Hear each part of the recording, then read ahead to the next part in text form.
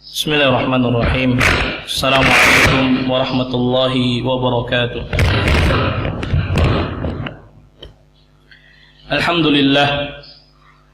Alhamdulillahi ala ihsanih wa syukru lahu ala taufiqihi wa amtinanih. Wa ashhadu an la ilaha illallah wahdahu la syarika lah ta'ziman li sya'nih.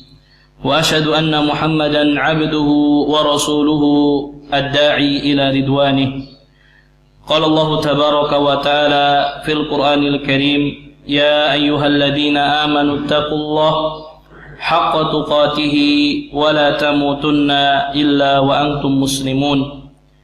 وقال: يا أيها الناس اتقوا ربكم الذي خلقكم من نفس واحدة وخلق منها زوجها وبث منهما رجالا كثيرا ونساء واتقوا الله الذي تساءلون به والأرحام إن الله كان عليكم رقيبا.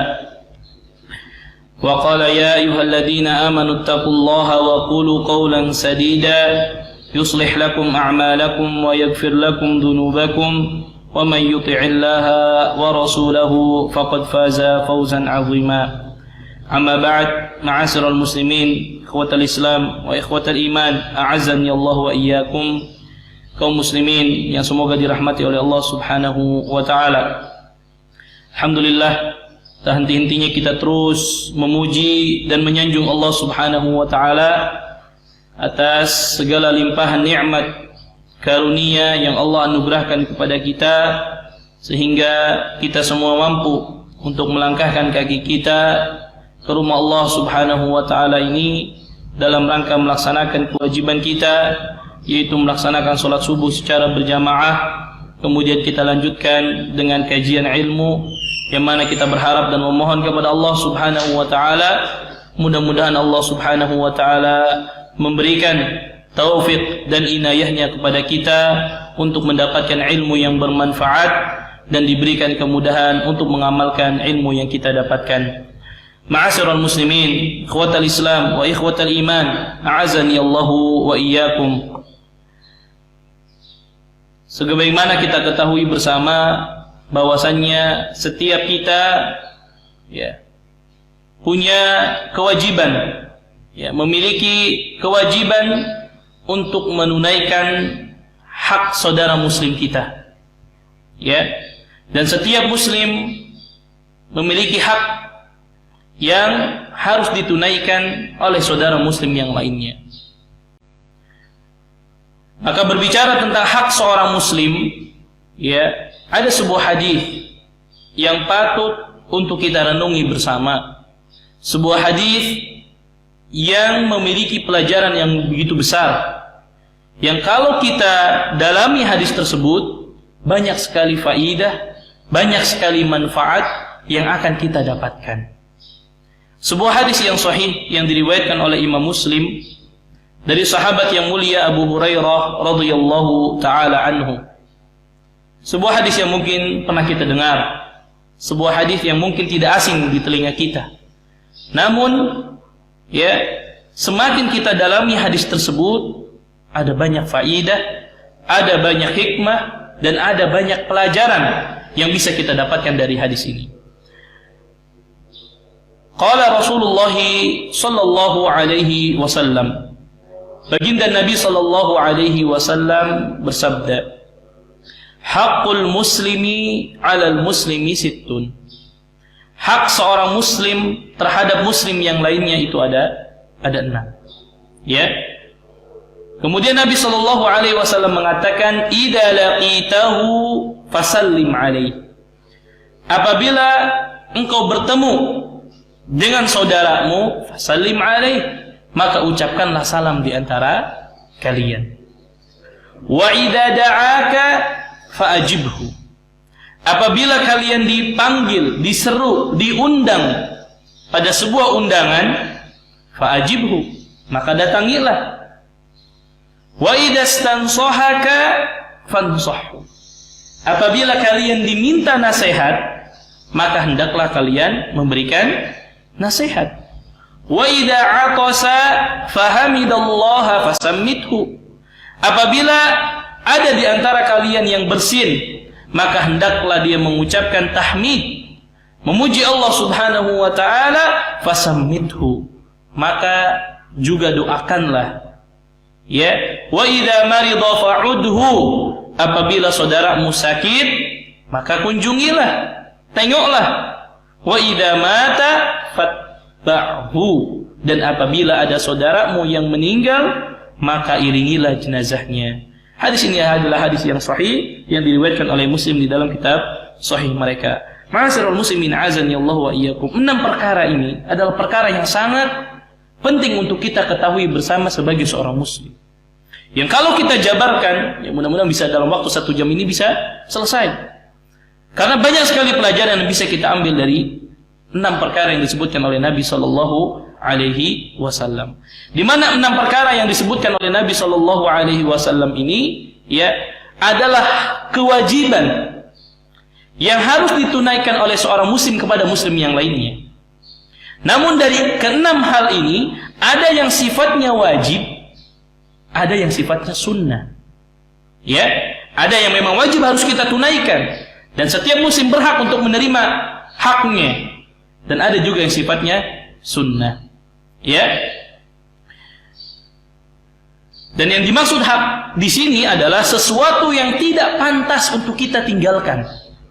Artinya kalau kita sebagai seorang muslim, kita tahu ke-6 hak tersebut tidak pantas untuk kita tinggalkan kepada seorang muslim yang lainnya. Artinya muslim yang lain ini berhak untuk menerima haknya. Ya. Sebagaimana hal ini dijelaskan oleh Al-Imam As-Sun'ani di dalam kitabnya Subulus Salam. Beliau mengatakan bahwasan yang dimaksud dengan hak di sini adalah sesuatu yang tidak pantas untuk ditinggalkan oleh seorang muslim. Dan hak di sini ada sifatnya wajib, ada yang sifatnya sunnah muakkadah. Ya. Sehingga hak ini hendaknya diketahui oleh setiap muslim dan hendaklah setiap muslim mengamalkan ya haknya, kewajibannya kepada saudara muslim yang lainnya. Yang pertama, Nabi sallallahu alaihi wasallam mengatakan, wa idza laqitahu fasallim alaihi. Apabila kalian bertemu dengan saudara kalian, maka ucapkanlah salam. Ikhwatal Islam wa ikhwatal iman, azani Allah wa iyyakum. Ucapan salam adalah sebuah doa yang mengandung doa keselamatan bagi saudara kita. Ucapan salam adalah ucapan yang di dalamnya terdapat kebaikan. Ya, di mana setiap muslim ketika mengucapkan salam kepada saudara muslim yang lainnya, berarti dia telah mendoakan keselamatan dan kebaikan kepada muslim yang lainnya. Namun sayangnya ma'asyiral muslimin, ucapan salam ini saat ini kita hidup di satu zaman di mana orang malu untuk mengucapkan salam. Ya. Kita hidup di satu zaman di mana kaum muslimin sulit sekali untuk mengucapkan salam kepada saudara muslim yang lainnya. Ya.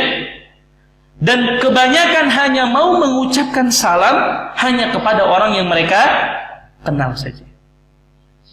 Kita akui ini. Ya. Kadang malu kita mengucapkan salam. Kita lewat depan orang mengucapkan salam malu. Ya. Dan memang ini diantara tanda-tanda dekatnya hari kiamat, di mana seseorang hanya ingin mengucapkan salam hanya kepada mereka yang mereka kenal saja. Ya, sebagaimana disebutkan dalam sebuah hadis kata Nabi sallallahu alaihi wasallam, min asyratis sa'ah an yamurra ar-rajulu fil masjid. Ya, la yusalli fihi.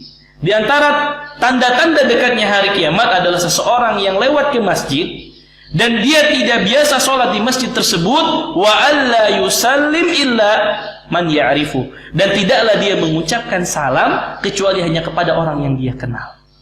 Ya. Bahkan Ibnu Mas'ud radhiyallahu taala anhu pernah mengatakan, innahu sayati 'alan nasi zamanun yakunu salam fihi lil ma'rifah. Akan datang satu masa di mana manusia hanya ingin menjawab salam kepada atau mengucapkan salam kepada orang yang mereka kenal saja. Dan ini kita rasakan. Ya. Dan sangat berbeda sekali ma'asyiral muslimin azani Allah wa iyyakum. Ini sebuah hal yang patut untuk kita contoh. Kami ketika di Saudi, ya, terutama di lingkungan kampus, ya, kita yang belajar di situ tentunya anak-anak kaum muslimin dari hampir perwakilan seluruh dunia. Dan subhanallah, budaya atau sunnah mengucapkan salam ini kita praktekkan. Ya, mau ke satu fakultas ke fakultas yang lain, ketemu saudara kita ucapkan salam. Masuk lift, ucapkan salam. Masuk asrama, ucapkan salam. Bahkan subhanallah, kalau kita mau naik bis misalkan, mau naik angkutan umum, ya, kita masuk, kita ucapkan salam ke siapa namanya? Ke penumpangnya. Coba, ada nggak di antara kita kalau naik angkot misalkan, naik, assalamualaikum, kayaknya malu, ya kan? Canggung, ya. Mungkin baru bilang assalamualaikum aja, mata sambil lihat ke kita semua, gitu, ya kan? Ya, ini kenyataan yang ada di kita, gitu. Ya. Artinya bukan sebuah budaya. Kalau seandainya sunnah ini diterapkan, ya sudah tidak menjadi satu hal yang tabu di masyarakat, gitu. Ya, dan ini kita biasa lakukan. Ya, mau di angkutan umum, ya, mau misalkan kita naik bis antar kota dari kota Makkah, kota Madinah, dari Madinah kota Makkah, naik, udah biasa, assalamualaikum, salam. Ya, masuk lift, salam. Ya, coba kita, ya, naik bis, assalamualaikum. Waduh, mau ngucapin aja kadang kita malu sendiri begitu, canggung. Ya, dan mungkin yang mendengar pun agak aneh, ini orang. Atau kita lewat jalan, orang lagi nongkrong misalkan, assalamualaikum, agak susah rasanya, ya, ada perasaan canggung, ada perasaan malu, ya, dan ini memang kenyataan yang kita rasakan di negara kita. Artinya sunnah untuk mengucapkan dan menyebarkan salam masih sangat minim untuk dipraktekkan. Ya, padahal mengucapkan salam merupakan ibadah dan keutamaan yang begitu besar di sisi Allah Subhanahu wa taala. Bukankah suatu hari Nabi SAW ditanya oleh seorang sahabatnya, ayyul islami khair? Ya Rasulullah, apa kebaikan yang ada dalam Islam? Kemudian Nabi mengatakan, tut'imut ta'am. Hendaklah kalian memberikan makan kepada orang-orang yang membutuhkan. Wa taqra'us salama 'ala man 'arafta wa man lam ta'rif. Hendaklah kalian mengucapkan salam kepada orang yang kalian kenal dan kepada orang yang tidak kalian kenal. Ya, banyak sekali keutamaan yang disebutkan, ya, di dalam hadis Nabi SAW tentang keutamaan mengucapkan salam. Ya, di antara keutamaan yang besar, ya, dan cukuplah hadis ini menjadi motivasi bagi kita bahwa menyebarkan salam dapat menjadikan tumbuh rasa cinta di antara kaum muslimin. Dan kita hidup satu zaman di mana banyaknya perpecahan di antara kaum muslimin.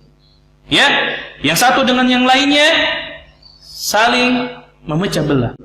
Satu yang lainnya saling gontok-gontokan. Yang satu dengan yang lainnya tidak akur.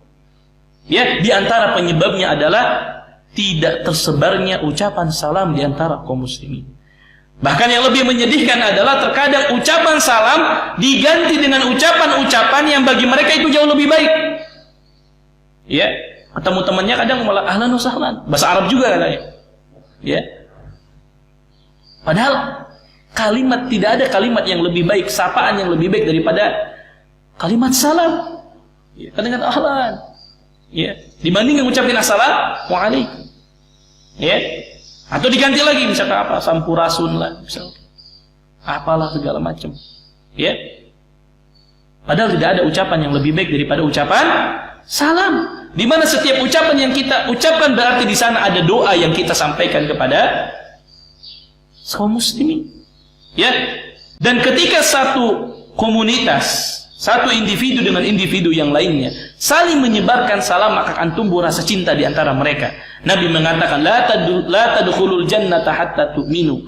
Kalian tidak akan pernah masuk surga sampai kalian beriman kepada Allah Subhanahu wa taala. Wa la tu'minu hatta tahabbu. Tidaklah kalian dianggap beriman sampai kalian saling mencintai di antara kalian. Kemudian Nabi mengatakan, awala adullukum ala syai'in idza fa'altumuhu tahabbtum. Maukah aku tunjukkan satu amalan, ya, kalau kalian lakukan amalan tersebut tahabbtum, kalian akan saling mencintai di antara kalian. Apa kata Nabi? Hafsus salama bainakum. Sebarkan salam di antara kalian. Ya, dan ini mengajarkan kepada kita bahwasanya Islam agama yang damai. Ya, Islam agama yang menginginkan keselamatan kepada setiap umatnya. Ya, bayangkan kita diperintahkan untuk mengucapkan salam yang di dalamnya adalah doa keselamatan untuk kita semua. Artinya Islam ini adalah agama yang penuh damai. Islam tidak pernah mengajarkan kekerasan. Ya, Islam tidak pernah mengajarkan tindak terorisme. Islam tidak pernah mengajarkan sikap arogan. Ya, ini buktinya Islam menganjurkan ya untuk kita menyebarkan salam kedamaian di antara kaum muslimin. Kemudian ma'asyiral muslimin azani Allah wa iyyakum, di antara keutamaan salam bahwasanya ketika seorang mengucapkan salam ini merupakan bentuk kesempurnaan iman seseorang. Nabi SAW mengatakan salatun man jama'ahunna faqad jama'al iman. Barang siapa yang ada 3 perkara pada seorang muslim, maka sesungguhnya ya dia telah menyempurnakan imannya. Di antaranya apa? Badlus salami lil alim, yaitu orang-orang yang senantiasa menyampaikan salam kepada semua orang, ya, kepada setiap orang, ya. Dan ketika seorang mau mengucapkan salam, berarti itu menunjukkan sikap tawadhu'nya dia, ya. Terkadang kan kita malu untuk mengucapkan salam, apalagi kalau dia pimpinan misalkan, ya, dia, oh saya punya jabatan, saya ketua, saya apapun ini, malu untuk mengucapkan salam terlebih dahulu. Ya, padahal Ibnu Hajar rahimahullahu taala di dalam kitabnya Fathul Bari, beliau mengatakan seseorang yang mau memulai mengucapkan salam menunjukkan akhlak mulianya, menunjukkan ketawaduannya, kerendahan dirinya, ya, dan di sana akan timbul rasa persatuan dan rasa cinta di antara kaum muslimin. Ya. Maka siapapun yang memulai dengan ucapan salam, maka ini menunjukkan sikap tawadhu ya orang tersebut. Dan banyak sekali keutamaan disebutkan oleh para ulama tentang keutamaan mengucapkan salam. Lalu yang jadi pertanyaan, apa hukum mengucapkan salam? Apakah sunnah ataukah wajib? Maka para ulama menjelaskan hukum mengucapkan mengucapkan salam adalah sunnah. Ya, tetapi menjawab salam hukumnya wajib. Ya. Jadi saya ulang, mengucapkan salam hukumnya sunnah. Adapun menjawab salam hukumnya wajib. Lalu bagaimana adab dalam mengucapkan salam? Ini juga penting. Siapa yang memulai salam terlebih dahulu? Maka dijelaskan oleh Nabi Shallallahu Alaihi Wasallam di antara sunnah yang mengucapkan salam adalah yusallimur raqib alal mashi. Orang yang naik kendaraan yang mengucapkan salam kepada orang yang sedang berjalan. Ya, kalau bapak-bapak naik mobil, bawa motor, ya, ketemu saudaranya, maka yang berhak pertama mengucapkan salam siapa? Yang naik kendaraan. Wal mashi 'alal qa'id. Orang yang lagi jalan mengucapkan salam kepada orang yang sedang duduk. Ya, kita lagi jalan, ada orang lagi nongkrong, maka yang mengucapkan salam siapa? Kita yang lagi jalan. Wal qalilu 'alal katsir. Yang sedikit mengucapkan salam kepada yang banyak. Ya, kita lagi duduk majelis ilmu, misalkan ada yang masuk, ucapkan salam. Ya, ucapkan salam. Juga di dalam hadis yang lain Nabi mengatakan yusallimus saghiru 'alal kabir. Hendaklah orang yang masih muda, yang umurnya lebih muda, mengucapkan salam kepada yang lebih tua. Dan ini adab, sopan santun serta etika yang sudah diajarkan dalam Islam. Jadi kalau ada orang mengatakan Islam itu agama kekerasan, Islam itu tidak tahu etika, tidak tahu adab, lihat. Ya, dalam agama kita sudah sejak kecil, anak kecil diajarkan etika untuk mengucapkan salam, untuk hormat kepada yang lebih tua. Ya, kalau ada orang mengatakan Islam tidak pernah mengajarkan yang namanya etika, ya karakter dan lain sebagainya, Islam sudah mengajarkan. Ya, tinggal bagaimana kita mengajarkan kepada anak-anak kita dan dipraktekkan oleh anak-anak kita. Ya, jadi hendaklah yang lebih kecil umurnya, yang lebih muda umurnya, mengucapkan salam terlebih dahulu kepada yang lebih tua. Wal maru 'alal qa'id. Kemudian yang jalan mengucapkan salam kepada yang duduk. Wal qalilu 'alal katsir. Kemudian ma'asyiral muslimin azani Allah wa iyyakum. Ya, di sini juga menunjukkan bahwasannya mengucapkan salam kepada orang yang lebih tua, ya, atau yang lebih tinggi kedudukannya, ini merupakan perintah dan sikap tawadhu seorang muslim. Ya, ini harus kita sampaikan kepada anak-anak kita. Ya, ajarkan anak kita ketika datang, panggil abinya, panggil bapaknya, assalamualaikum, bi, assalamualaikum. Ya, ini penting untuk kita tanamkan kepada anak-anak kita. Kemudian ikhwatul Islam azani Allah wa iyyakum. Lalu Ustaz, bagaimana kalau seandainya kita ada yang naik kendaraan, kemudian kita jalan, bolehkah yang jalan tersebut mengucapkan salam kepada yang kendaraan? Atau kita ketemu saudara kita dua-duanya diam, siapa yang harus mendahulukan? Atau dua-duanya naik kendaraan? Ya, maka kata Nabi SAW, al-masyiyani idza ijtama'a, apabila orang yang sedang berjalan berkumpul, ketemu berbareng-bareng, ya, fa ayyuhuma bada'a bis salam fa huwa afdal. Ya, maka siapapun yang mulai salam terlebih dahulu maka dia yang lebih baik. Ya, artinya tidak harus ya, kita ketemu yang satu naik kendaraan, wadah, saya nunggu aja lah, tunggu dia aja yang ngucapin salam. Enggak. Ya, kalau dia nggak ngucapin salam, kita yang ngucapin salam yang lagi jalan. Ya, ada orang jalan, kita lagi duduk, oh, udah saya diam aja lah, nunggu dia ucapin salam. Ya, kalau kita ya bisa ucapkan salam terlebih dahulu, itu jauh lebih baik. Ya, itu jauh lebih baik. Kemudian ma'asyiral muslimin azani Allah wa iyyakum, ya, juga di antara ada mengucapkan salam adalah ketika kita ya sedang duduk berjamaah, misalkan seperti ini, ada orang yang mengucapkan salam, maka apakah hukumnya jadi wajib semuanya menjawab salam, ataukah cukup satu orang menjawab salam maka gugurlah kewajiban bagi yang lainnya? Ya, misalkan kita lagi duduk begini, tiba-tiba ada yang lewat misalkan, ya bilang assalamualaikum, apakah semuanya kita jawab waalaikumsalam warahmatullahi? Karena kita tahu tadi menjawab salam hukumnya wajib. Ya, maka para ulama menjelaskan kalau seandainya kita sedang duduk bersama berjamaah kemudian ada yang mengucapkan salam, maka cukup satu orang ya yang menjawab salam. Artinya kalau ada satu orang di antara kita yang sudah menjawab salam, maka gugur kewajiban bagi yang lainnya. Beda halnya kalau diucapkan kepada kita langsung. Ya, kita ketemu satu-satu kemudian dia ucapkan salam, kita jawab waalaikumsalam. Sebagaimana Nabi SAW mengatakan, yujzi'u 'anil jama'ah idza marru an yusallima ahaduhum wa yujzi'u 'anil julusi an yarudda ahaduhum. Sudah cukup bagi sekelompok jamaah, sekelompok orang jika mereka lewat, maka salah seorang dari mereka memberi salam dan cukup salah satu dari sekelompok mereka yang membalas salam tersebut. Itu cukup satu orang saja. Ya, tidak harus semua. Kemudian ma'asyiral muslimin azani Allah wa iyyakum, ya, di antara adab menjawab salam. Nah, ini penting. Ya, di antara adab ketika ada orang mengucapkan salam dan kita menjawab salam, maka jawablah salam tersebut dengan jawaban yang lebih baik atau yang semisal dengan apa yang diucapkan. Ya, sebagaimana Allah katakan di dalam Al-Qur'an, wa idza huyyitum bi tahiyyatin fahayyu bi ahsana minha aw rudduha. Kata Allah Subhanahu wa taala, apabila kalian disampaikan satu penghormatan, diucapkan salam kepada kalian, fahayyu bi ahsana minha, maka jawablah dengan lebih baik dari itu. Kalau kita ada yang bilang assalamualaikum, yang lebih baiknya apa? Waalaikumsalam warahmatullah. Kalau ada yang orang mengatakan assalamualaikum warahmatullah, maka jawab waalaikumsalam warahmatullahi wabarakatuh. Aurudduha, kata Allah, atau yang semisal, minimal semisal. Ya, kalau ada yang bilang assalamualaikum, mau jawab waalaikumsalam. Ya, ada orang assalamualaikum warahmatullah, mau jawab waalaikumsalam warahmatullah. Lihat, ini yang memerintahkan siapa? Allah Subhanahu wa taala dalam Al-Qur'an, wa idza huyyitum bi tahiyyatin fahayyu bi ahsana minha aw mithliha. Kemudian ikhwatul Islam azani Allah wa iyyakum, termasuk menjawab dengan yang lebih baik adalah bukan hanya sekedar ucapan lafadznya saja, termasuk adalah sikap kita.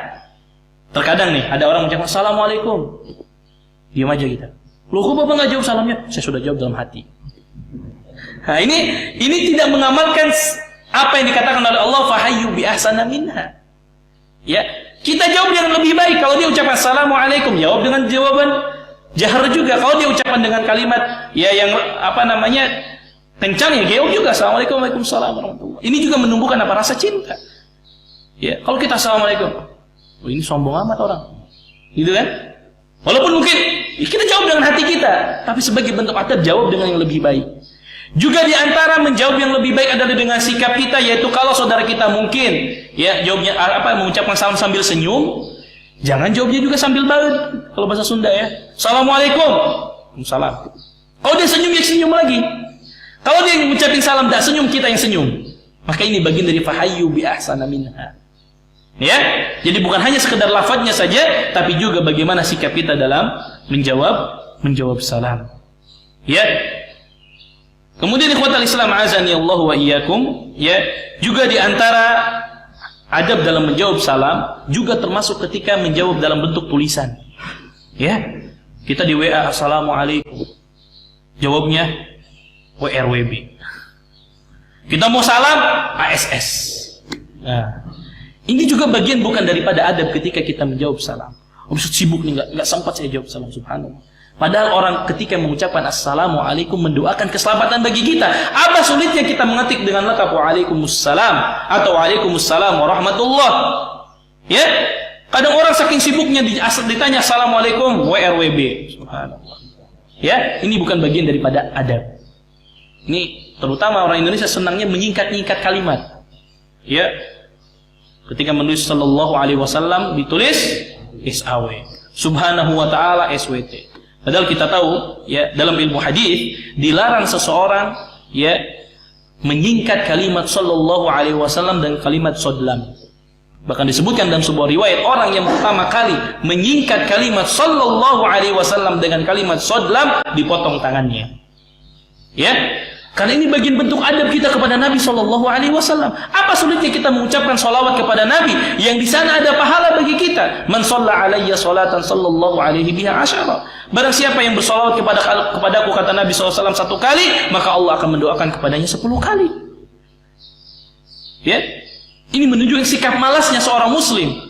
Ya, ingkat sallallahu alaihi wasallam SAW, subhanahu wa ta'ala SWT. Ya, ini bagian tidak bentuk adab, ketidakberadaban seorang kepada baginda Nabi sallallahu alaihi wasallam. Termasuk dalam masalah salam. Maka ya hendaknya tidak berdosa ketika antum menyingkat, tidak berdosa. Tetapi bentuk adab kita, hendaklah kita menjawab salam dengan kalimat yang lebih baik sebagai bentuk realisasi daripada firman Allah Subhanahu wa taala, "Fahayyu bi ahsana minha aw rudduha." Kemudian ikhwatal Islam azani Allah wa iyyakum, ya, di antara juga, ya, ada mengucapkan salam, ya, hendaklah kita mengucapkan salam ini dalam, ya, dalam keadaan tersenyum, ya, dalam keadaan bergembira, ya, tunjukkan kepada saudara kita bahwasanya kita mendoakan kebaikan kepada saudara kita. Kemudian juga hendaklah kita tetap mengucapkan salam kepada saudara muslim kita tanpa kita melihat statusnya. Oh, ini saya tahu tukang maksiat nih, tukang mabuk nih, nggak mau saya ucapin salam sama dia. Nah, salah nih. Ya, oh ini tahu nih orangnya begini, saya tidak mau mengucapin salam. Mengucapkan salam hukumnya tetap sama, ya, tidak melihat status seseorang, apakah dia ahlul maksiat, apakah dia ahlul ibadah, ya. Kemudian juga di antara hal yang harus kita perhatikan, tidak bermudah-mudahan mengucap salam kepada lawan jenis. Ya, para ulama menjelaskan apalagi lawan jenisnya itu sebaya, seumuran. Ini menimbulkan fitnah. Ya, bagi yang masih muda, ya, ke orang tua tidak mau ngucapin salam, tapi kalau yang sebaya, seumuran lawan jenis, rajin ngucapin salam. Ini, ya, para ulama menjelaskan tidak boleh seseorang mengucapkan salam kepada lawan jenisnya yang dikhawatirkan itu dapat menimbulkan fitnah. Ya, apalagi sebaya. Ustaz, saya sudah tua, Ustaz. Iya, kalau sudah tua pun, kalau seumuran, nah ini bahaya juga. Ya, berapa banyak seseorang tergoda dan terfitnah dari masalah salam. Assalamualaikum, assalamualaikum. Ini perhatian ya, masya Allah. Salam lagi, gitu kan? Berapa banyak cinta tumbuh dari kada rajin mengucapkan salam. Artinya apa? Ada rasa perhatian. Para ulama menutup celah-celah ini yang dapat menimbulkan fitnah. Ya, sama-sama rekan kerja laki-lakinya jarang mengucapin salam, tapi sama rekan kerja yang perempuan rajin mengucapin salam. Ya, enggak diucapin langsung lewat WA. Assalamualaikum, assalamualaikum. Perhatian. Ya, ini diperhatikan. Para ulama menjelaskan agar ditutup celah-celah ini.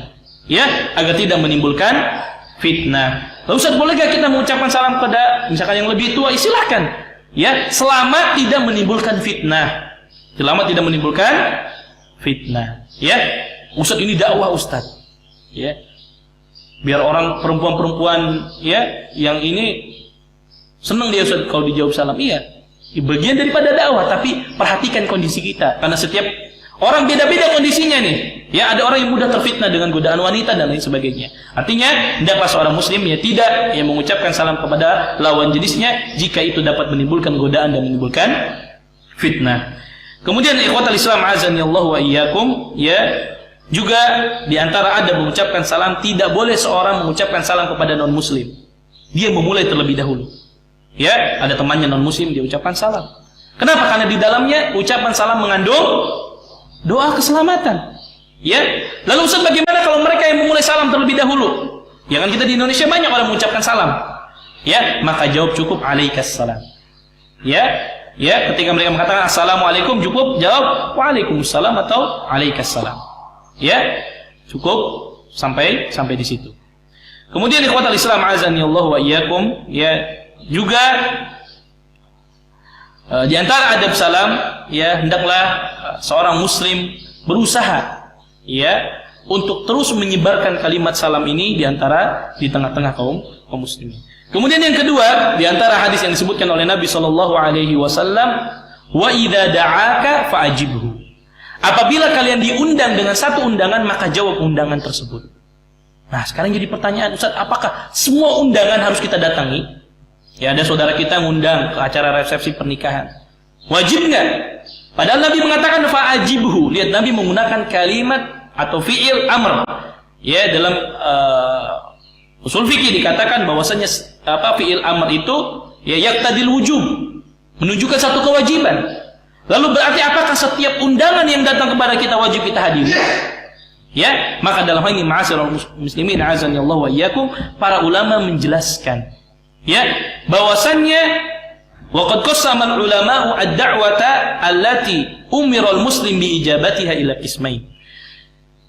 Bahwasannya undangan, para ulama membedakan dan membaginya menjadi dua. Ini penting, dan inilah pentingnya kita belajar hadis. Pentingnya kita belajar hadis dengan bimbingan para guru. Jangan sampai kita belajar membaca satu artikel kemudian kita pahami dengan pemahaman kita. Berapa banyak orang tersesat hanya karena baca di internet. Berapa banyak orang pemikirannya salah mereka hanya membaca tanpa mau bertanya. Ya? Maka jauh-jauh hari Imam Syafi'i rahimahullah ta'ala mengatakan, akhi lan tanalal ilma illa bisittatin. Wahai saudaraku, kalian tidak akan pernah mendapatkan ilmu kecuali dengan 6 hal. Di antaranya apa kata Imam Syafi'i? Wa suhbatul ustad. Harus ada bimbingan ustadznya. Harus ada bimbingan guru. Berapa banyak orang membaca hadis dari segi lafadznya saja, letterlock, sudah dipahami dengan seperti ini. Artinya apa? Kalau kita pahami hadis ini, wa idza da'aka fa'ajibhu, apabila kalian diundang maka hadiri undangan tersebut. Artinya apa? Semua undangan kan? Apakah undangan kemaksiatan? Ya. Pak, diundang kemana? Ke bioskop. Pak, diundang kemana? Ke diskotik. Oh, kata Nabi, wa idza da'aka fa'ajibhu. Kalau diundang saya harus hadir. Nah, berapa banyak orang tersesat hanya sekedar membaca lafaz hadis tanpa mau memahaminya. Dan kita memahami hadis harus sesuai dengan pemahaman para ulama dan pemahaman para sahabat Nabi SAW, karena mereka yang lebih tahu tentang ya makna hadis yang sebenarnya. Ya, berapa banyak orang tersesat hanya baca di internet, ya udah dipahami dengan otak dan logika mereka. Ini salah. Maka para ulama menjelaskan, waqad qassama ulama, para ulama menjelaskan dibagi menjadi dua. Ya, di mana ketika seorang diundang ada dua pembagian undangan. Yang pertama ad-da'watu ila walimatul urs, yaitu panggilan atau undangan datang ke walimatul urs, resepsi pernikahan. Fajamahirul ulama ala wujubi ijabatiha. Maka jumhur ulama mengatakan ketika kita diundang ke walimatul urs, maka hukum asalnya adalah wajib untuk kita hadir. Ini jumhur ulama. Illa li'udrin syar'i, kecuali ada udzur syar'i, nanti akan kita jelaskan apa syaratnya kita boleh menghadiri undangan. Ini penting. Wa sayati dzikru ba'du hadhihi al-a'dad. Wa dalilu ala wujubil ijabah, di antara dalil yang menunjukkan kita harus wajibnya menghadiri undangan walimah adalah hadis Nabi sallallahu alaihi wasallam, ya. Dalam sebuah hadis yang sahih diriwayatkan oleh Abi Hurairah radhiyallahu taala anhu, Nabi mengatakan, syarrut ta'ami ta'amul walimah yumna'uha man ya'tiha. Seburuk-buruk makanan adalah makanan yang dihidangkan dalam acara walimah yang dia menahan orang-orang yang berhak sebenarnya untuk makan makanan walimah tersebut. Apa maksudnya? Terkadang orang mengadakan walimah hanya mengundang orang-orang yang bagi dia punya jabatan, relasi, ya, teman-temannya saja. Padahal ada orang yang berhak untuk kita undang makan dari makanan walimah tersebut. Siapa? orang-orang fakir dan miskin, anak-anak yatim.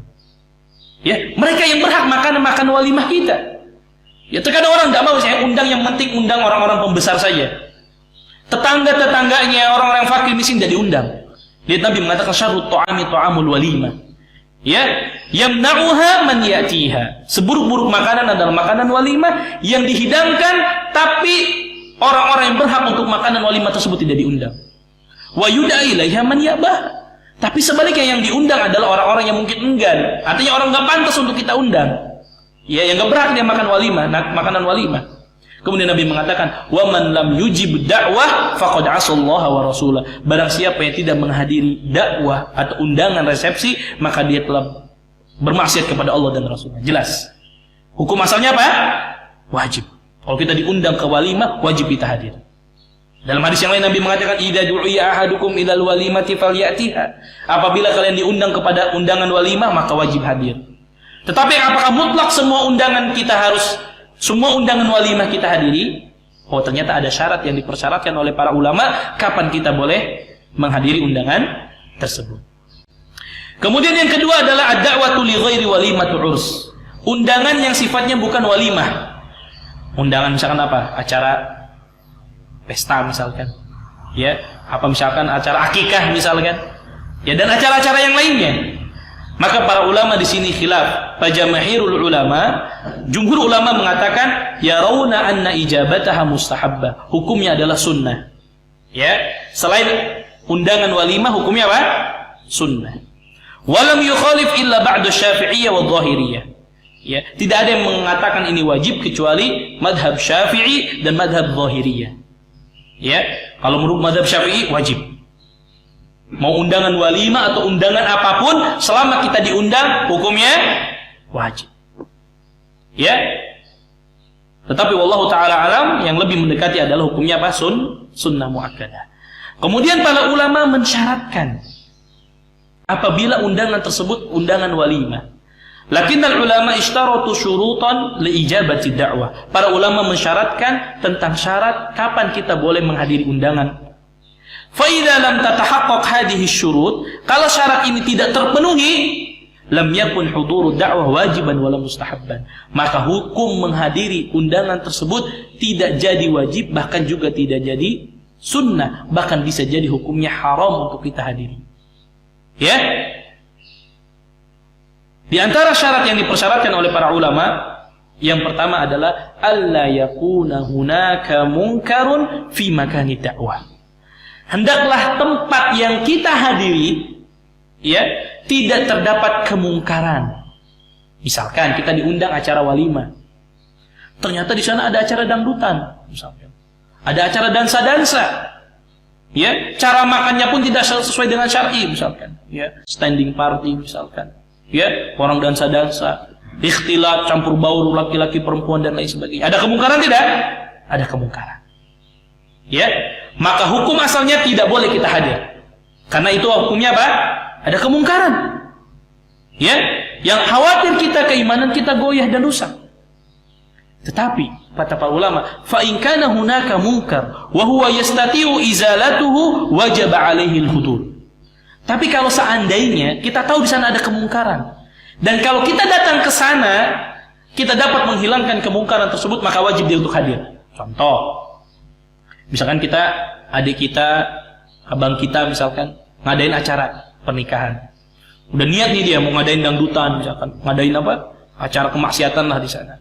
Kemudian kalau seandainya kita hadir ke sana, mungkin abang kita malu atau merasa segan kepada kita, dan kita bisa menasehatinya, udah enggak usah ngadain. Maka wajib kita hadir.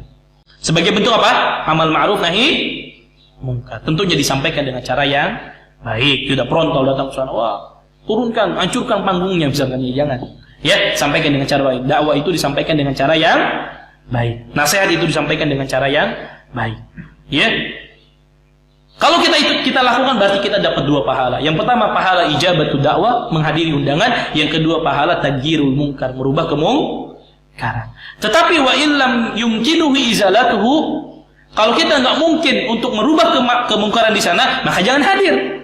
Udah tahu kita nggak punya posisi, nggak punya kemampuan untuk merubah kemungkaran tersebut, yaudahlah nggak apa-apa hadir aja. Nah ini juga tidak benar. Ya, maka apabila di sana ada kemungkaran maka tidak boleh kita datang. Kedua, an yakuna da'i lil walimah mimman la yajibu hajruhu.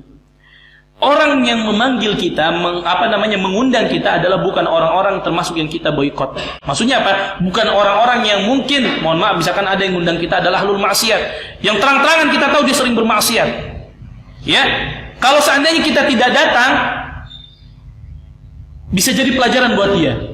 Artinya apa? Kok nggak ada yang mau datang ke saya? Oh, dia sadar, oh saya ternyata memang melakukan satu kemaksiatan kepada Allah Subhanahu wa Ta'ala. Ya, misalkan dia orang yang fasik, orang yang sering bermaksiat. Ya, dengan kita tidak datang, semoga dapat pelajaran. Saya nggak mau datang ke tempat dia karena di sana ada kemaksiatan. Ya, yang mengadakan adalah orang yang senantiasa terus bermaksiat kepada Allah Subhanahu wa Ta'ala. Tetapi apabila orang tersebut, ya, sudah bertaubat, ya, maka kita boleh menghadiri, ya, undangan tersebut. Kemudian, ya, syarat yang ketiga, ya, yang disebutkan oleh para ulama, an yakuna da'i musliman. Yang boleh untuk kita hadiri acara walimahnya adalah ketika yang mengundang kita adalah seorang muslim. Ya. Adapun kalau bukan non-muslim, maka tidak wajib hukumnya. Boleh hadir atau tidak? Boleh. Tapi dengan persyaratan yang lain. Ya. Apa syaratnya nanti disebutkan syarat yang keempat. Artinya yang mengundang kita adalah orang muslim, maka wajib hukumnya untuk hadir. Tapi kalau yang mengundang non-muslim tidak wajib, tapi boleh. Dengan syarat apa? An yakuna ta'amul walima mubahan yajuzu akluhu. Makanan yang dihidangkan di acara walimah tersebut adalah makanan yang halal yang boleh kita makan. Artinya, kalaupun yang mengundang non-muslim, ya, ke acara walimahnya dan kita tahu makanan yang dihidangkan adalah makanan yang halal, boleh atau tidak? Boleh. Karena hukum makan dari makanan ahlul kitab boleh untuk kita makan. Jelas dalilnya di dalam Al-Qur'an. Ya, boleh kita makan. Ya. Kemudian syarat yang kelima, ya, hendaklah ketika kita menghadiri acara tersebut tidak menjatuhkan kewajiban kita dengan kewajiban yang lain. Ya, misalkan acara walimahnya pas hari Jumat jam 12 misalkan. Itu berbarengan dengan apa? Salat Jumat. Kewajiban kita sebagai laki-laki salat Jumat. Kalau itu berbarengan maka kita lebih dahulukan mana? Salat Jumat, tidak usah hadir di acara tersebut. Ya. Kemudian yang keenam, hendaklah ketika kita menghadiri acara walimah tersebut tidak memudaratkan diri kita atau memudaratkan orang yang kita tinggalkan. Contoh, ya ini juga salah. Ketika ada orang memahami, Ustaz, kan Nabi mengatakan wa idza da'aka fa'ajibu. Apabila dipanggil untuk menghadiri walimah, undangan, maka datangilah. Istri kita sudah hamil 9 bulan mau ngelahirin. Ya, diundang ke Bandung misalkan acara pernikahan. Aduh. Yang mana nih yang harus didahulukan? Menghadiri kelahiran anak enggak ada dalilnya. Tapi menghadiri undangan ada dalilnya. Udah, hadir undangan. Padahal istrinya udah mau ngelahirin. Nah, ini mudarat atau tidak? Mudarat kalau kita tinggalin. Ya? Nah, ini salah memahami hadis. Ya?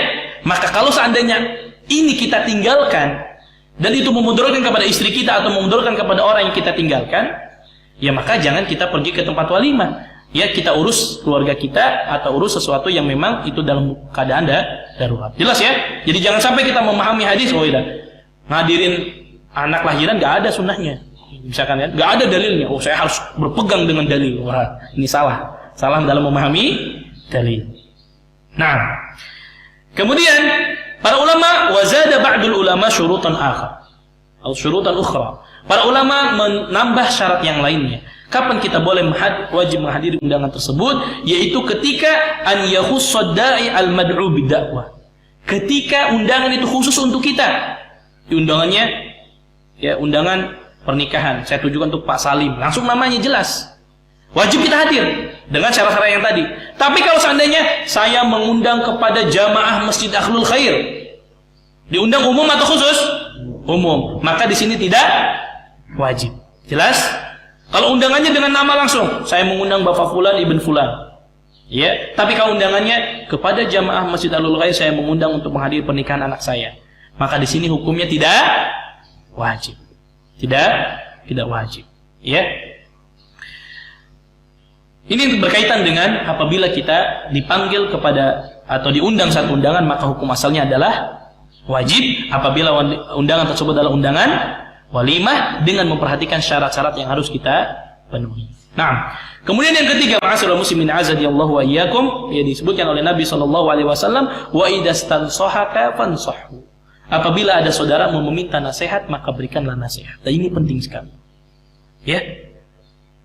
Maka hukum memberikan nasihat, ketika ada orang yang meminta nasihat kepada kita, hukumnya wajib.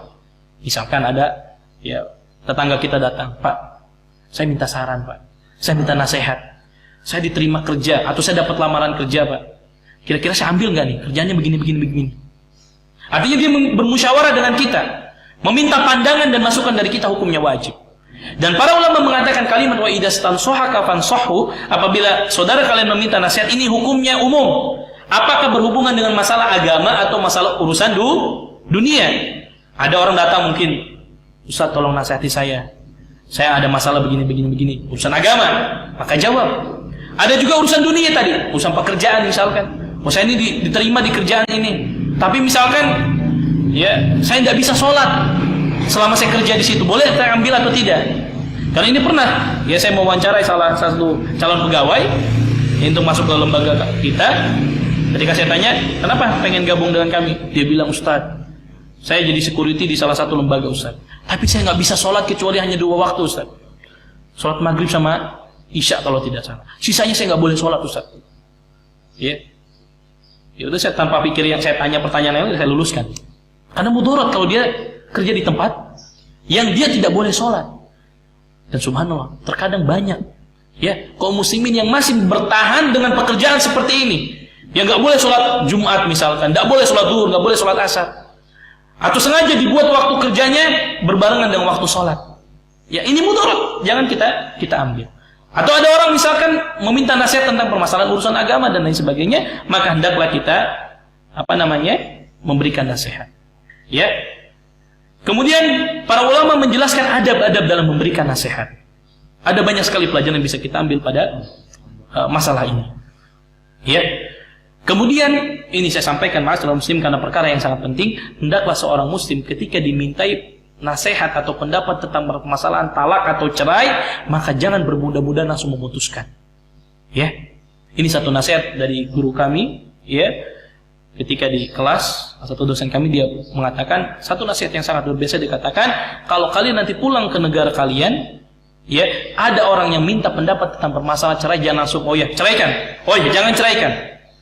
Tapi lihat permasalahan secara utuh. Berapa banyak orang terkadang minta nasihat kemudian langsung diputuskan. Ya, misalkan Ustaz atau Pak, istri saya begini. Udah, ceraikan aja. Subhanallah. Bermudah-mudahan masalah usulan cerai ini penting. Ya, belum lama, 1 pekan yang lalu saya khutbah di salah satu masjid. Habis sholat, datang bapak-bapak, sudah tua, umur 70 tahun. Ustaz, minta waktunya bentar. Mau bertanya, fadhal.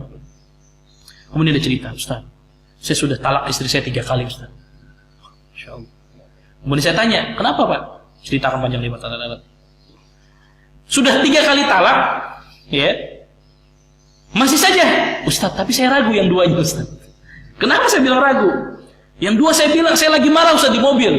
Kemudian saya bilang, udah kita cerai aja, kita talak aja. Istri saya bilang, ya udah kita cerai katanya. Itu jatuh nggak Ustaz talaknya? Katanya. Padahal sudah jelas-jelas dia bilang, kita talak. Makanya masalah muslim, permasalahan cerai dan talak ini kita sebagai laki-laki hati-hati dalam mengucapkannya. Ya, kata Nabi sallallahu, ya, ada 3 perkara, ya. Main-mainnya dianggap serius, seriusnya dianggap main-main. Ya, main-mainnya dianggap serius dan seriusnya dianggap serius. Yaitu antaranya adalah perkara talak. Jangan bermudah-mudahan. Kita lagi marah, langsung bilang cerai istri kita. Akhirnya bapak ini nyesal, Ustaz, saya nyesal Ustaz. Saya mau balik lagi Ustaz. Gimana caranya? Saya bilang, ya, jelas dalam Al-Quran Allah Subhanahu Wa Taala sampaikan, fa in talaqaha fala tahillu lahu min ba'd hatta tankiha zawjan ghayra. Ya, tidak halal kamu untuk menikahi istrimu sampai ada orang lain menikahi istrimu lagi, kemudian diceraikan sama suaminya yang kedua, kemudian baru menikahi. Oh gitu Ustaz. Tapi Ustaz, saya pernah dengar Ustaz, di satu daerah dibolehkan Ustaz. Jadi nanti saya sewa orang untuk nikahi istri saya. Ya, setelah itu nanti istri saya berhubungan dengan istri saya kemudian diceraikan, nanti baru nikahin sama saya. Boleh nggak Ustaz? Subhanallah. Kemudian saya bilang, Nabi mengatakan la'anallahu al-muhallil wal muhallal lahu. Allah melaknat orang yang tadi ya mencari menghalalkan orang untuk menikahi istrinya kemudian dinikahi lagi oleh dia. Oh gitu Ustaz. Laknat Ustaz. Enggak jadi kalau begitu Ustaz. Subhanallah. Artinya apa? Ini perkara yang memang jelas, boleh kita putuskan. Ya, ini enggak boleh. Ada lagi, ya. Ketika di Mekah di musim haji saya duduk, datang ya salah satu petugas haji, ya. Ya, saya juga kenal, ya. Seorang yang Masya Allah punya jabatan tinggi gitu kan. Sambil nangis datang saya, Ustaz. Saya minta nasihatnya Ustaz. Kenapa? Anak saya Ustaz, anak yang saya cintai Ustaz. Anak satu-satunya Ustaz. Menikah sudah 6 bulan, tapi selama 6 bulan tidak digauli oleh suaminya. Loh, kenapa? Cerita panjang lebar, ternyata qadarullah istrinya gay. Naudzubillah. Enggak suka sama perempuan. Jadi dia hanya menikah untuk menutupi statusnya saja. Di sini jelas atau tidak perkaranya? Jelas. Saya bilang ceraikan, Pak. Karena ini mudarat. Jelas. Ya, jelas. Artinya ini perkara yang jelas untuk kita putuskan. Tapi ada perkara yang mungkin Ustaz, istri saya begini, curah segala macam. Jangan langsung udah ceraikan, Pak. Ya, apalagi kalau kita tahu ini istrinya, dia ada suka sama istrinya. Udah Pak, kalau Bapak nggak bisa bina istri Bapak, biar saya yang bina istri Bapak. Wah ini lebih parah lagi ini. Jangan, ya. Ini jangan. Artinya apa? Dalam memutuskan perkara permasalahan cerai ini jangan bermudah-mudahan. Ya, makanya dalam Islam ada didamaikan terlebih dahulu. Ya, di islah dulu, ya, nggak bermudah-mudahan, ya, karena terus terang kalau sudah sampai orang mentalak 3, ini nyesalnya luar biasa Pak. Ini kisah ketiga juga nih, cerita asli. Ada orang hubungi saya, Ustaz, ya, saya sudah talak istri saya 3 kali Ustaz. Saya nyesal Ustaz. Saya bermudah-mudahan sedikit-sedikit saya bilang cerai, sedikit-sedikit saya bilang cerai. Yang ketiga ternyata istrinya hamil. Sedih dia. Dua-duanya tinggal di perantauan. Bingung dia. Gak punya saudara, gak punya siapa. Istrinya mau dibawa kemana? Ustaz masih boleh gak saya satu rumah Ustaz? Subhanallah. Akhirnya nyesal. Ya. Artinya apa? Jangan kita bermudah-mudahan dalam permasalahan cerai dan talak. Juga jangan kita ketika diminta nasihat permasalahan ini, jangan langsung bermudah-mudahan. Ya udah Pak, ceraikan aja. Atau juga bermudah-mudahan dalam permasalahan, ya, yang meminta pendapat kepada kita, jangan kita ngompor-ngomporin. Misalkan Pak, Ustaz, ya, atau mungkin kita ya punya tetangga, punya saudara minta nasihat kepada kita, minta saran. Ini saya punya anak nakalnya luar biasa. Kalau saya nasihatin nggak mau nurut, jangan kita komporin, udah Pak. Kalau punya anak begitu, udah keluarin aja dari kartu keluarga misalnya. Oh jangan, ya. Artinya beri nasihat-nasihat yang bijak, ya, nasihat-nasihat yang bijak. Jangan dikompor-komporin soalnya. Udah anak-anak gitu nggak. Udahlah Pak, tinggalin aja anak begitu misalkan. Ya, ini penting dalam memberikan nasihat. Dan juga hendaklah seorang ketika memberikan nasihat disesuaikan dengan keadaan orang yang meminta nasihat kepada kita. Mari kita perhatikan hadis Nabi SAW begitu banyak. Ketika Nabi SAW diminta satu nasihat, ya, banyak sekali kalimat hadis yang menggunakan kalimat ausini. Seorang sahabat datang kepada Nabi, ya Rasulullah ausini, ya Rasulullah berikan nasihat kepadaku. Kemudian Nabi mengatakan la taghdab, jangan kau marah.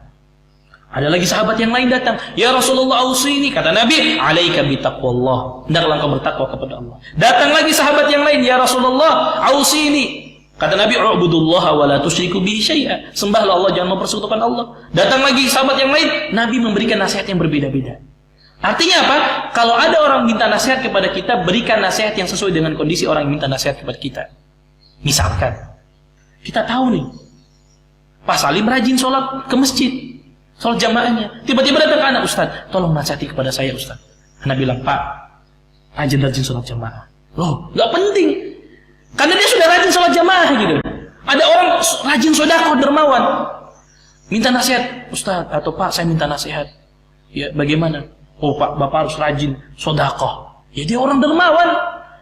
Artinya apa? Cari sesuatu yang memang sesuai dengan keadaan dia. Lihat Nabi ketika Nabi SAW menasihati seorang sahabat yang meminta nasihat kepada Nabi, Nabi mengatakan la taghdab, jangan kau marah. Kenapa? Kata para ulama, karena orang tersebut sering marah. Ya, ada orang mungkin dermawan, sering datang ke masjid, tapi galak sama istrinya misalkan. Nah ini celahnya, Pak. Dalam Islam Allah perintahkan kita untuk berbuat baik kepada istri dan sebagainya. Oh, mengena kepada dia. Ya, ini penting dalam memberikan nasihat. Ya. Kemudian ikhwatal Islam azani Allah wa iyyakum, Masih ada waktu? Sudah lewat? 5 menit lagi ya, insyaallah. Ini masih 2 poin ini. Kalau memang belum selesai nanti kita bahas lagi poin berikutnya di kesempatan insyaallah taala. Kemudian hendaklah ma'asyiral muslimin azani Allah wa iyyakum, ya, dalam memberikan nasihat, ya, hendaklah ada adab-adab yang perlu kita sampaikan. Artinya apa? Fi kulli maqamin maqal. Di setiap tempat ada ucapan yang pantas untuk kita ucapkan. Ya, wa fi kulli maqalin maqam. Dan ada ucapan yang harus disesuaikan dengan keadaannya. Ya. Kalau orang misalkan lagi marah, minta nasihat, Ustaz, saya urusan rumah tangga saya begini, jangan ditambah-tambahin. Ya, buat suasana menjadi ada. Ya, nasihati dengan kalimat-kalimat yang bijak dan lain sebagainya. Kemudian juga ma'asyiral muslimin azani Allah wa iyyakum, ya, ini juga memberikan pelajaran kepada kita bahwa hendaklah kita setiap muslim itu butuh nasihat. Butuh pendapat orang lain. Jangan merasa, oh saya titelnya gelarnya udah 5 nih. Tidak perlu saya nasihat orang. Tidak perlu saya masukkan dalam pendapat orang. Oh saya ustaz, ya saya ilmunya udah banyak. Oh saya RW nih, saya kepala ini, kepala itu, saya nggak mau dengar pendapat orang lain. Jangan. Lihat baginda Nabi SAW, seorang pemimpin, ya.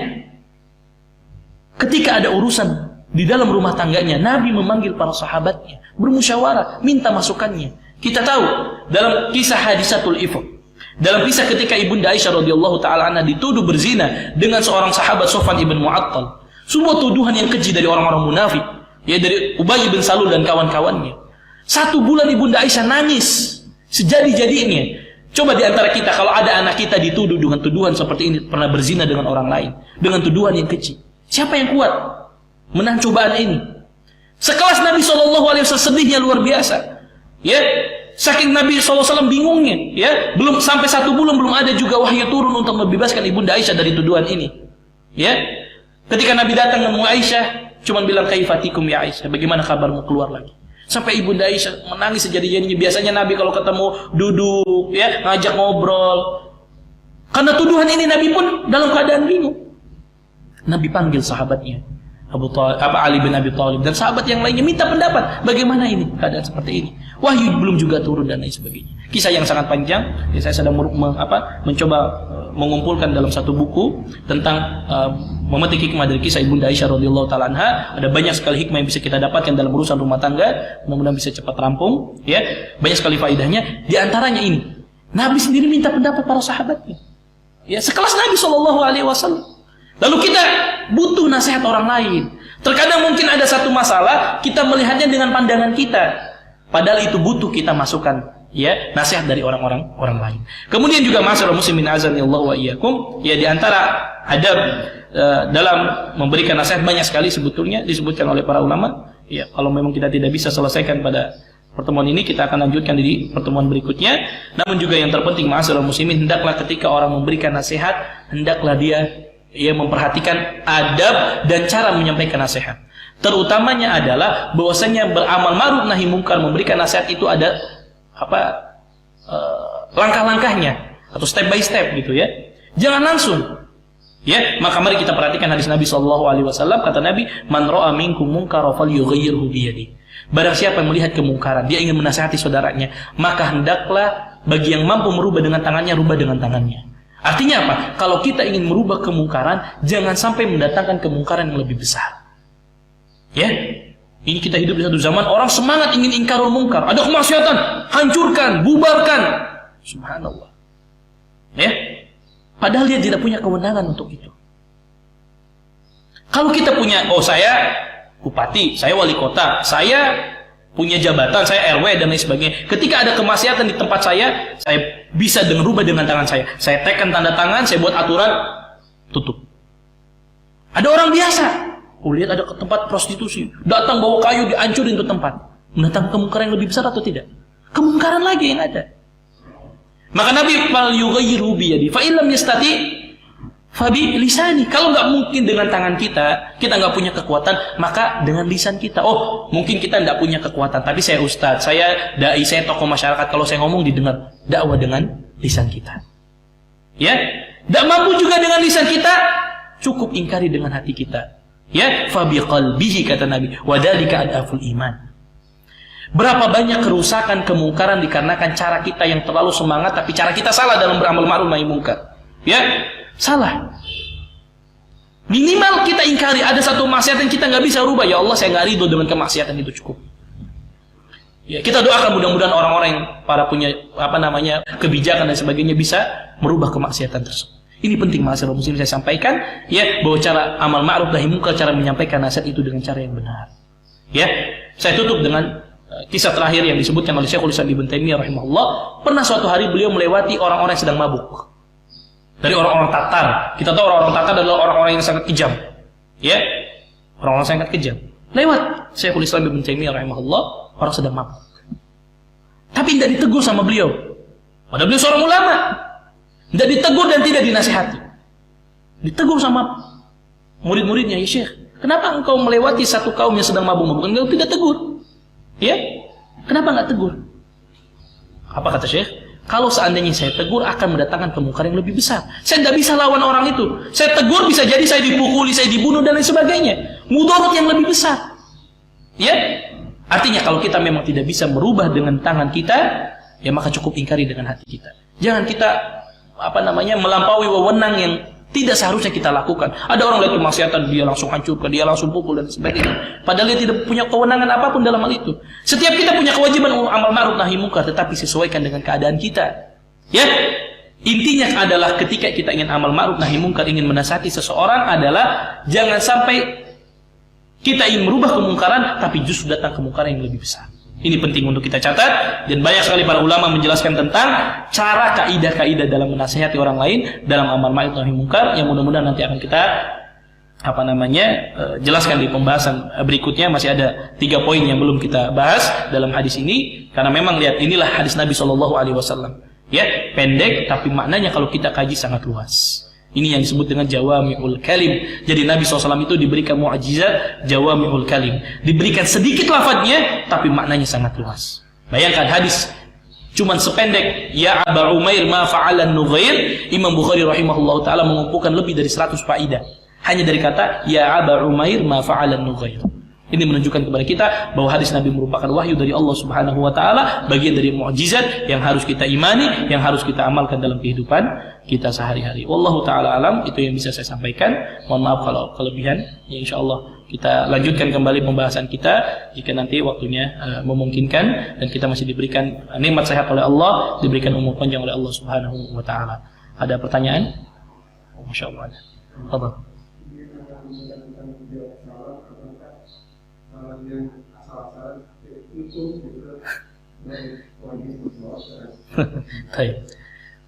Ini juga pertanyaan yang sangat bagus ya, Ustaz. Bagaimana kalau ada orang yang menyampaikan salamnya dengan asal-asalan? Apakah kita juga jawab dengan Assalamualaikum salam, gitu kan? Sama atau tidak?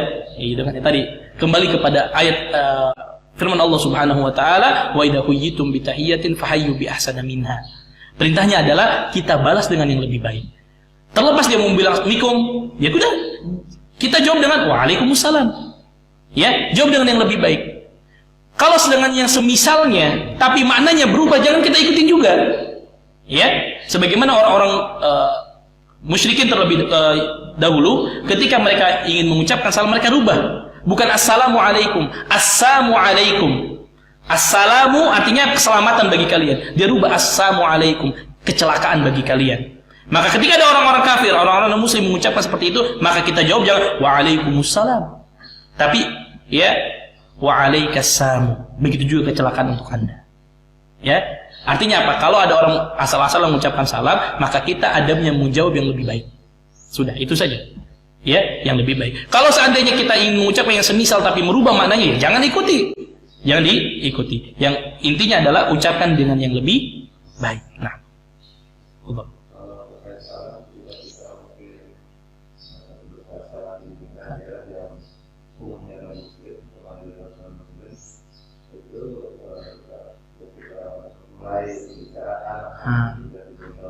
Sahih.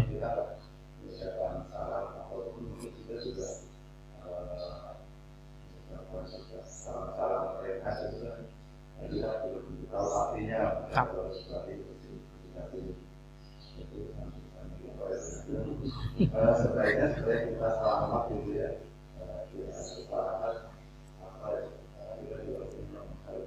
Iya. Baik. Ini juga pertanyaan sangat bagus. Maka tinggal kita lihat kondisinya. Kalau kita kondisinya misalkan ditugaskan, kita jadi pembicara, dan memang mayoritas 100% non-muslim, ya jangan kita ucapkan salam. Ganti dengan sesuatu yang lain. Ganti juga dengan jangan mengucapkan ucapan salam mereka. Ya, kita tahu ada banyak ucapan-ucapan salam mereka ya. Agama-agama tertentu ya, mereka mengklaim punya ucapan salam mereka. Jangan juga kita menggunakan ucapan mereka. Ini kalau posisinya, kondisinya 100% ya, non-muslim semua misalkan. Ya, hukum asal tidak boleh kita mengucapkan salam kepada mereka. Karena ketika kita mengucapkan assalamualaikum, berarti kita mendoakan keselamatan untuk mereka. Padahal jelas Allah katakan dalam Al-Quran, innal ladzina kafaru min ahlil kitabi wal musyrikina fi nari jahannam khalidina fiha ulaika hum syarrul bariyah. Itu jelas. Ya. Maka kita rubah ya dengan sesuatu yang tidak ada hubungannya dengan salam mereka. Karena kata Nabi, man tashabbaha biqaumin fa huwa minhum. Kalau kita mengikuti mereka juga, maka kita terjerumus dengan hadis ini. Barang siapa yang mengikuti satu kaum, berarti kita termasuk kaum mereka. Ya rubahlah. Selamat pagi misalkan. Cukup kan? Selamat pagi bapak-bapak sekalian, selamat pagi ibu-ibu sekalian, sudah cukup. Jangan juga kita ikuti salam mereka. Tapi kalau seandainya di sana ada orang non muslim dan muslim, diucapkan salam dengan niat kita mengucapkan salam kepada orang-orang muslim. Beres perkara. Ya? Jadi kalau kita lihat kondisinya non muslim semua, ya sudah jangan ucapkan assalamualaikum. Ya coba ya, selamat pagi misalkan. Ya. Apalah dirubah dengan kalimat-kalimat yang memang tidak juga dengan ucapan salam mereka. Tidak juga dengan ucapan salam mereka. Ustaz, ini kan kita toleransi. Ya, toleransi apa? Ya kita toleransi, kita punya prinsip dalam agama kita, lakum dinukum waliyadin. Kita bertoleransi untuk menjaga ya tempat ibadah mereka. Kita bertoleransi untuk tidak mengganggu ibadah mereka.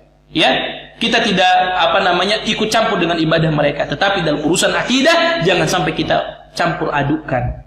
Ya, dalam urusan-urusan yang memang tidak harus kita lakukan jangan kita lakukan. Ya, kita toleransi tidak mengganggu mereka. Kita tidak boleh ya menghakimi mereka, tidak boleh mengganggu mereka. Ingat, tidak boleh kita mengganggu mereka selama mereka berada ya dalam naungan ya, keselamatan negara, maka tidak boleh kita ganggu mereka, tidak boleh kita sakiti mereka. Yang kita kalau sudah salah sudah kita pernah bahas permasalahan ini, tidak boleh kita ganggu mereka ya, walaupun mereka tidak seagama dengan kita, tapi kita boleh tidak mengganggu, tidak boleh merusak ya, tidak boleh ya melakukan hal-hal yang tindakan yang itu dapat merugikan mereka ya. Ini toleransi kita dalam agama. Tapi ketika toleransi itu berhubungan dengan masalah akidah, dengan masalah hal yang ya kita tidak boleh ikut campur dalam urusan agama mereka, ya jangan ya. Ini jangan kita lakukan. Oh, Ustaz, berarti Ustaz tidak toleransi dan sebagainya. Tidak ada. Ya, kita sampaikan kalau bahwasannya dalam agama kami ya tidak boleh seperti ini, kita tidak boleh lakukan.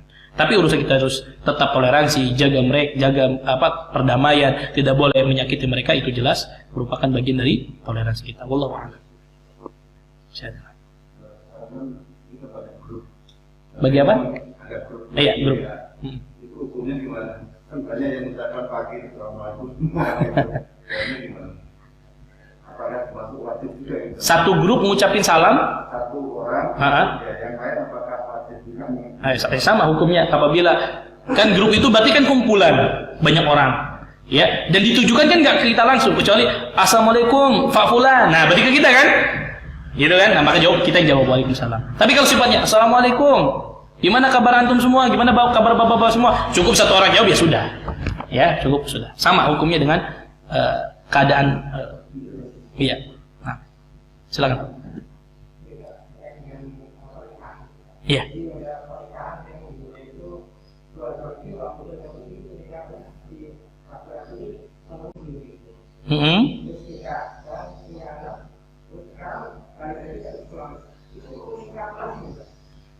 Gimana pula Pak? Coba.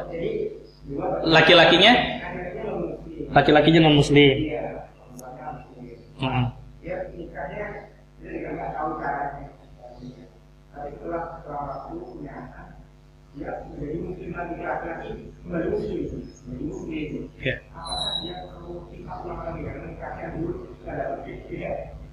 Iya. Secara umum ma'asyiral muslimin azanillahu wa iyyakum, ini juga yang perlu kita sampaikan ya, bahwasannya di dalam Islam tidak boleh seorang laki-laki non muslim menikahi wanita muslimah. Ini jelas. Insyaallah kita sudah paham semua. Namun sebaliknya, seorang laki-laki muslim boleh menikahi ahlul kitab. Ya, ini jelas perkaranya. Lalu bagaimana kalau seandainya mereka menikah? Ya, anggaplah ketidaktahuannya terhadap perkara ini. Ya, kemudian sudah menikah, kemudian ternyata setelah sudah menikah punya anak, baru dia sadar masuk Islam, misalkan dapat hidayah. Ya, apakah boleh nikah ulang? Maka pada hukum asalnya, maka nikah yang pertama, ya jelas, ya nikah yang pertama adalah melanggar syariat. Ya, karena dalam Islam jelas, dalam Al-Quran jelas tidak boleh seorang non Muslim menikahi seorang Muslimah. Ya, ketika sudah dia masuk Islam, kemudian dia bertobat misalkan. Ya, ketika dia bertobat, kemudian dia mengakui kesalahan dia, bahwasanya apa yang sudah dia lakukan itu salah, maka sudah yang lama sudah dia tobati, ya minta ampun kepada Allah Subhanahu wa taala. Apakah dia wajib akad ulang atau tidak, khilaf di antara para ulama dalam permasalahan ini. Ya, di antara mereka adalah mewajibkan akad ulang. Ya, karena status yang pertama jelas tidak sah. Ya, tidak sah. Karena apa? Menikah dengan muslimah yang dalam agama kita tidak boleh menikahi. Ya, maka di antara para ulama mensyaratkan untuk akad ulang. Ya, karena di antara syarat menikah adalah bahwasannya ya seorang ya yang menikah itu adalah dua-duanya adalah muslim. Ya, atau misalkan non muslimnya laki-laki menikahi ahlul kitab. Ya, kemudian pendapat yang lainnya juga mengatakan tidak harus akad ulang. Tapi wallahu taala alam, saya lebih condong kepada tetap akad ulang. Ya, diakad ulang lagi. Wallahu taala alam.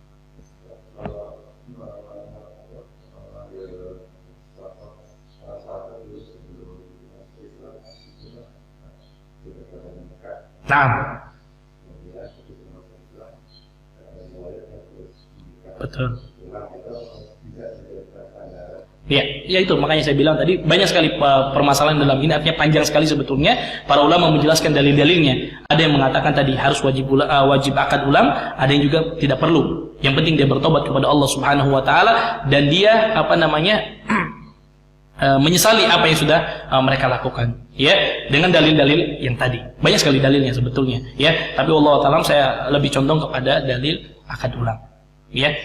Kalau misalkan ada pendapat yang Ustaz, saya lebih menguatkan pendapat yang tidak dan lain sebagainya, silakan. Ya, itu wallahu taala alam, itu yang saya pegang. Nah, ada yang lain?